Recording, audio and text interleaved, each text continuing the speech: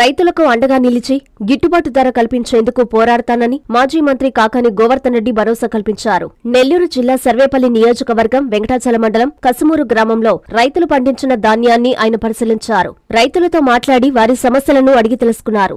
రైతులకు ధాన్యం కొనుగోలు కేంద్రాల ద్వారా ధాన్యాన్ని కొనుగోలు చేసి మద్దతు ధర కల్పించి నష్టపోయిన రైతులకు బోనస్ కల్పించాలని ఆయన ఈ సందర్భంగా ప్రభుత్వాన్ని డిమాండ్ చేశారు. అనంతరం కాకాని మీడియాతో మాట్లాడుతూ చంద్రబాబు ఎప్పుడూ అధికారంలోకి వచ్చినా రైతులకు అరిష్టమేనని మండిపడ్డారు. ప్రభుత్వం మద్దతు ధర క్వింటాలుకు 2,320 రూపాయలు ప్రకటించినా రైతుల పరిస్థితి అగమ్యగోచరంగా తయారైందని విమర్శించారు. వైఎస్సార్ కాంగ్రెస్ పార్టీ రైతాంగానికి అండగా నిలిచి మద్దతు ధర కల్పించడంతో పాటు నష్టపోయిన రైతుల పక్షాన నిలబడి పోరాటం చేస్తామని ఆయన హెచ్చరించారు. ఈ కార్యక్రమంలో మండల నాయకులు, కార్యకర్తలు, రైతులు పాల్గొన్నారు.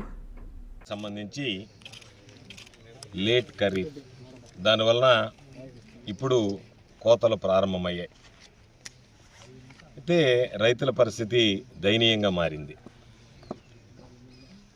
కనీస మద్దతు ధర కింద క్వింటాల్కి 2,320 రూపాయలు ప్రభుత్వం ప్రకటించినప్పటికీ ఈరోజు పాపం రైతుల పరిస్థితి చూస్తే అగమ్యగోచరంగా తయారు కావడం, ప్రభుత్వం కానీ జిల్లాకు సంబంధించినటువంటి అధికారులు, జాయింట్ కలెక్టర్ గారు కానీ, జిల్లాకు సంబంధించినటువంటి ఇతర సివిల్ సప్లైస్ అధికారులు కానీ ఎప్పటికప్పుడు 300 ధాన్యం కొనుగోలు కేంద్రాలు తెరిచాం, ఎవ్వరికి ఇబ్బంది లేకుండా చేస్తున్నామని మాట్లాడేటువంటి పరిస్థితి కనిపిస్తుంది. కానీ వాస్తవంలో క్షేత్రస్థాయిలో ఒకసారి పరిశీలించడానికి ఇక్కడికి వస్తే రైతుల గోడు వర్ణనాతీతం. ఇదే సీజన్లో గత సంవత్సరం వైఎస్ఆర్ కాంగ్రెస్ పార్టీ ప్రభుత్వంలో 23,000 నుండి 28,000 వరకు పుట్టి అంటారు. 850 కేజీలైన నెల్లూరులో పుట్టి అని పిలుస్తారు. పుట్టి ధాన్యం 23,000 నుంచి 28,000 రూపాయల వరకు పలికింది. సరాసరిన 26,000 రూపాయలు రైతుకి అందింది ఒక పుట్టికి సంబంధించి. ఈరోజు పరిస్థితి చూస్తే అసలు అడిగేవాళ్ళు లేరు, ధాన్యం కొనుగోలు కేంద్రాలు పనిచేయటం లేదు. మొక్కుబడిగా మేము తెరిచామని చేతులు దులుపుకోవడం తప్ప దానికి సంబంధించి గోనె సంచులు కానీ, అక్కడ కొనడానికి స్టాఫ్ కానీ ఎవరు లేకుండా ఈరోజు ఆ ధాన్యాన్ని, రైతుల్ని గాలికి వదిలేసినటువంటి పరిస్థితి. అంటే దాదాపుగా పాపం ఆ రైతులను చూస్తే ఒక పక్క పోయిన సంవత్సరం 4 పుట్ల నుంచి 4.5 పుట్టు వచ్చింది. ఈ సంవత్సరం దగ్గరికి వచ్చేటప్పటికి 2 పుట్లు 1.5లో కూడా అయినటువంటి పరిస్థితి ఉంది. అంటే 1.5 పుట్టు అంటే ఒక 25,000 వస్తుంది ఆ రైతుకి.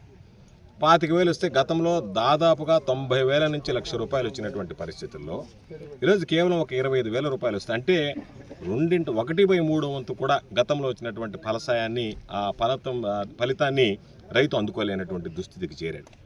కాబట్టి ఒకసారి గమనిస్తే దాదాపు ధాన్యం మార్కెట్లోకి వచ్చేటువంటి పరిస్థితి ఏర్పడింది.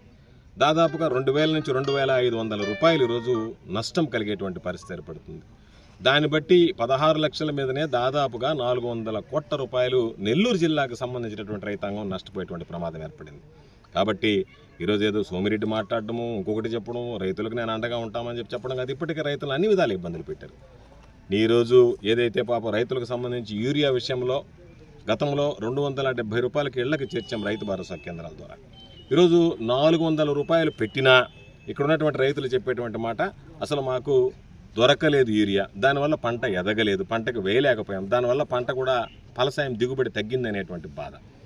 దానితో పాటు మరొక అంశం, ఈరోజు సాగునీటి కాలువలకు సంబంధించి ఎక్కడ పనులు చేయకుండానే బిల్లులు డ్రా చేసుకున్నారు. గతంలో నీరు చెట్టులాగా ఈరోజు అధికారికంగా నీటిపారుదలకు సంబంధించి రైతులకు సాఫీగా సాగునీరు అందించలేనటువంటి దుస్థితికి చేరిపోయాయి.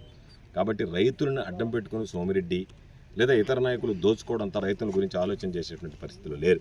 కాబట్టి ఈ ప్రభుత్వాన్ని డిమాండ్ చేస్తున్నాం, జిల్లా అధికార యంత్రాంగాన్ని డిమాండ్ చేస్తున్నాం.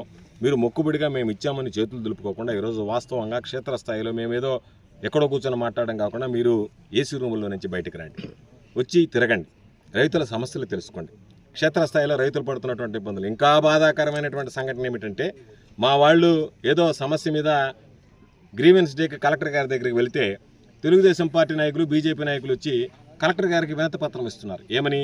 ధాన్యానికి మద్దతు ధర కల్పించండి అని. అంటే ఎవరు అధికారంలో ఉన్నారు? ఎవరి ప్రభుత్వం అధికారంలో ఉంది?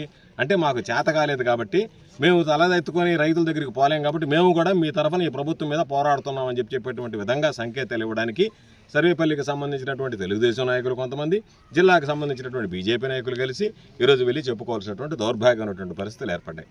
కాబట్టి మొక్కుబడిగా మీరు ప్రకటనలకు పరిమితం కాకుండా క్షేత్రస్థాయిలో దాదాపుగా రైతులు నష్టపోతున్నారు. మీరు బోనస్ ఇప్పించి దానితో పాటు గిట్టుబాటు ధర ఇప్పించి రైతులను ఆదుకోవాలనేటువంటిది ప్రధానమైనటువంటిది. రాబోయేటువంటి రోజులు ఈరోజు కస్మూరు గ్రామంలో పర్యటించాం, రైతులతో మాట్లాడాం. రైతుల పరిస్థితి దీనంగా తయారైంది.